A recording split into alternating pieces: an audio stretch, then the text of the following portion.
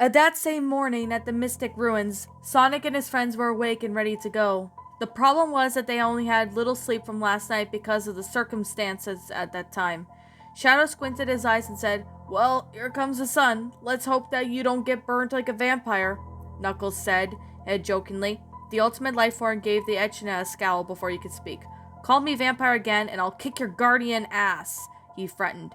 "I wish you would, vampire," Knuckles imitated. With that being said, Shadow kicked Knuckles in the stomach, thus causing the Echidna to sink to the ground and grab his stomach. As Lavinia witnessed her boyfriend being kicked in the stomach, she had a flashback of kicking her former best friend Katie in the stomach a year ago. Because of this overwhelming event of the past year, she began to gasp for air.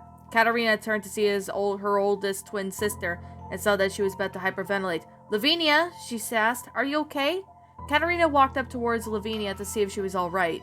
However, Lavinia quickly hugged her sister and whispered softly, "Hey guys, Lavinia's going through a hard flashback," Katarina said. This got everyone to be aware of Lavinia's situation. So they waited anxiously, yet patiently for her to calm down. Within a matter of seconds, Lavinia began to take slow, deep breaths. "Are you okay?" Katarina asked. Lavinia dried her tears and answered, "Yeah, I'm okay." She then turned to see Knuckles and Shadow, who were walking towards her. "We're sorry we got you uncomfortable, Lavinia," Shadow said. Knuckles placed his hand on his girlfriend's shoulder before he spoke. "We didn't know that made you upset," he said. "It's okay, you guys," Lavinia said, reassuring the boys. "It's not your fault." She took a hold of her hands and held them fairly tight, letting them know that she forgave them. Sonic then walked up to Lavinia and asked, "Are you going to be okay?" "Yeah," she said with a smile. "I'll be okay." With that being said, the blue hedgehog gave his sister a wink and a thumbs up. He then turned to look at the rest of his best friends and allies. "Alright, you guys ready for this?" Sonic asked everyone, who shouted, "Yeah." Satisfied with their response, Sonic announced, "Okay, let's go." And the heroes were off in the adventure, the one that they would never forget. In the Mystic Ruins, Sonic and his friends were making their way to the temple where they came across a cybernetic pronghorn. Guys," Bookum said. "Who's that?" "I never seen that girl before," Tangle said. "You think we should see if she's alright?" Cream asked.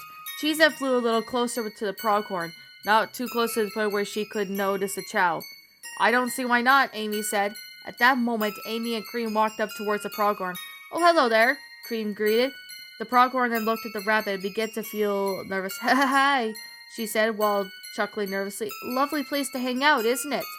"Well, it's a place where I live," Big said. "So what are you guys here for, me or Eggman?" the pronghorn asked, crossing her arms.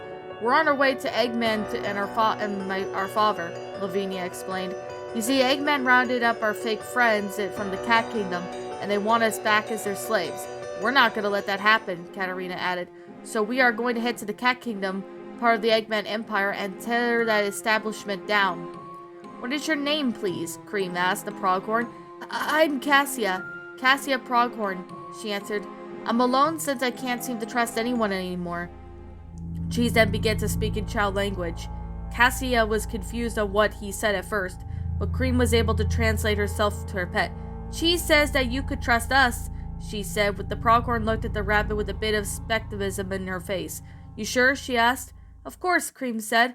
"A friend of a friend is always a friend, and no matter if they trust each other, no matter what." She then took her hand and gestured to the pronghorn with her trust.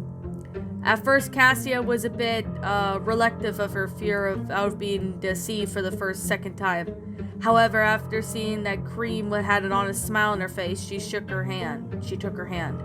After the young rabbit helped her to her feet, Cassia began to smile as well. "Thanks," she said. "I feel so much better." "You're welcome, Cassia," Cream said. "Since you introduced yourself, we'll introduce ourselves." Then the young rabbit and her pet Chow began to bow their head and show their respect to Cassia.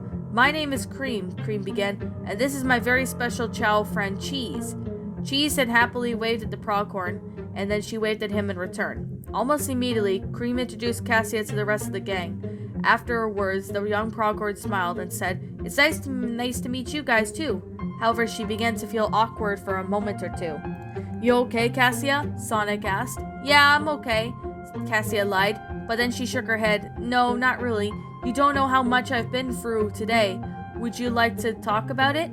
Lavinia asked. Cassia was reluctant to tell the others at first, but looked at them and nodded her head yes. Since it was going to be a long talk, everyone found a place to sit. Most of them sat on the grass, while others sat on rocks or logs, and some were even leaning over against the tree stumps.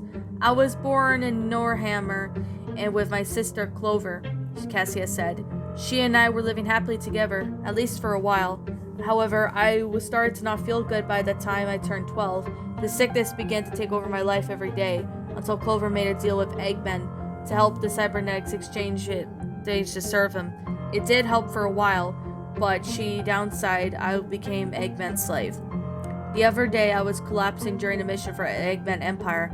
I thought I was getting better, but the cybernetics were only able to manage my condition. Just today, I found out about these cybernetics when I was listening to the conversation between Clove and Eggman. I got so angry that I couldn't trust my sister anymore. She made me feel that I wasn't to be able to be normal. I should have known better than to join the Eggman Empire. But in an instant, Cassia began to cry. We're very sorry that she made you upset, Cassia, Lavinia said. I told her that I never want to see her again, Cassia said, even though she was sad, and her anger was still showing in her eyes. I don't know if I could trust anyone anymore. Lavinia and Katerina looked at each other, then walked up towards her. Well, you could trust us, Katerina said. Cassia looked at the cat twins with confused. You? She asked. Are you guys sure? Yeah. Besides, we're against Eggman too, Sonic said. We're on our way to the Cat Kingdom to take down my sister's biological dad and establishment of the Eggman Empire. Not only Eggman's a threat, Whisper said, but he's the former Cat King who is also a threat as well. So we are going to bring this trainee empire down, Tangle said. Within a matter of seconds, Cassia began to feel gains and courage within herself.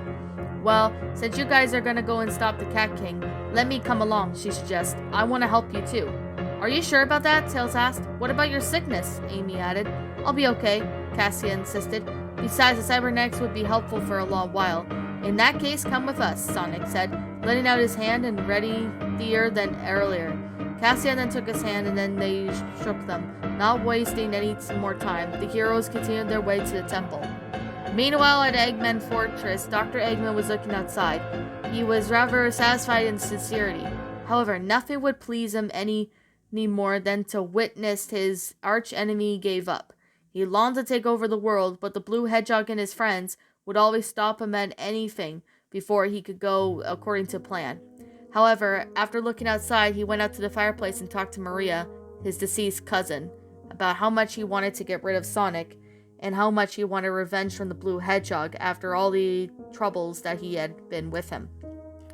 Just as then, the doctor was interrupted by the knock on the door, and it opened to reveal Orbot and Kurbot. Doctor, the Pronghorn sisters from the Northern Egg Army have escaped, Kubot stated. What? Dr. Eggman asked in disbelief. One of them is joined by Sonic and the gang, whereas the other one is missing in action, Orbit explained. But how? Eggman asked. It was the second time that Egg bosses left without explanation. This time it was the Nemphis and Vulture retired from serving Eggman and serving Stationary Freedom Right Fighters. The rest of the egg bosses for Eggman Empire were arrested for their actions were being to serve their life and sentences in GUN and prison anyway. Eggman was then nervous about losing the last of his egg army, but he brushed it off and told his minions to leave. Never mind. Get out, you idiots. As soon as they left, the doctor plotted to find the Pronghorn sisters, as the Blue Hedgehog and their friends had to bring Joseph the cat.